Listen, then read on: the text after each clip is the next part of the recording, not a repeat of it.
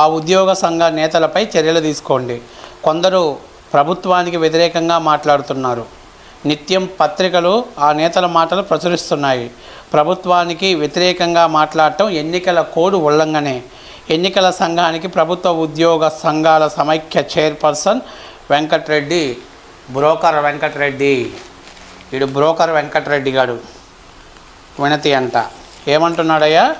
ఎన్నికల కోడ్ను ఉల్లంఘించి రాష్ట్ర ప్రభుత్వానికి వ్యతిరేకంగా మాట్లాడుతున్న కొందరు ఉద్యోగ సంఘ నేతలు, ఫెడరేషన్ చైర్మన్స్ నేతలపై చర్యలు తీసుకోవాలని ఏపీ ప్రభుత్వ ఉద్యోగుల ఫెడరేషన్ చైర్మన్ వెంకటరామరెడ్డి కోరారు.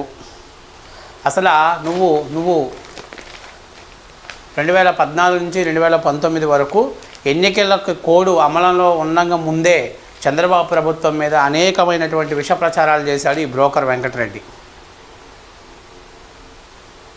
ఈరోజు ప్రభుత్వ ఉద్యోగస్తులకు రావాల్సినటువంటి టీఏ, డిఏలు, అలాగే పిఆర్సీలు, అలాగే ప్రభుత్వం ఇవ్వాల్సినటువంటి ఇంక్రిమెంట్లు, అలాగే జిఎల్ఎల్ఐ జనరల్ లైఫ్ ఇన్సూరెన్స్ అనేటువంటి దానికి వచ్చిన ఫండింగ్ డబ్బులు కూడా ప్రభుత్వం వాడుకుంటే ఈ బ్రోకర్ వెంకటరెడ్డి గారు కనీసం ఉద్యోగ సంఘాల తరపున ఉద్యమం కూడా చేయలే. ఈ బ్రోకర్ గారు ఇవాళ ఈ బ్రోకర్ గారు అంటున్నాడు, ఈనాడు పేపరు విషగుళిక లాంటిది, సాక్షి పేపర్ మాత్రం దాన్ని మొగ్గ కొడడానికి నేను రెడీగా ఉన్నాను అంటున్నాడు ఈ బ్రోకర్ గారు.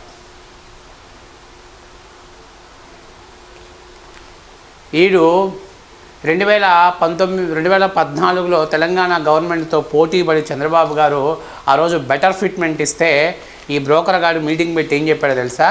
తెలంగాణ గవర్నమెంట్ ఇచ్చింది కాబట్టి చంద్రబాబు నాయుడు కూడా ఇవ్వాల్సి వచ్చిందని చెప్పాడు.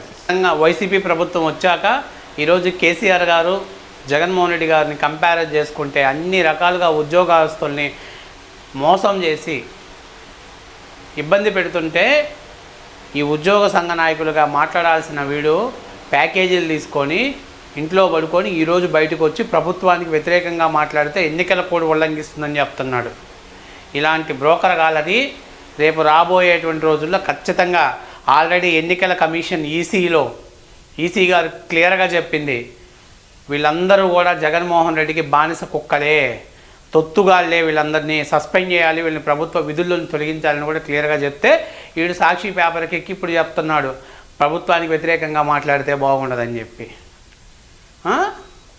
అంటే ఇలాంటి వాళ్ళని ఏం చేయాలి, ఎలా చర్యలు తీసుకోవాలి? ఇట్లాంటి వ్యక్తులు గుండానే ఉద్యోగ సంఘాల హక్కులు కూడా హరించుకుపోయేటువంటి పరిస్థితి వచ్చిందని చెప్పేసి నేను క్లియర్గా తెలియజేస్తున్నా.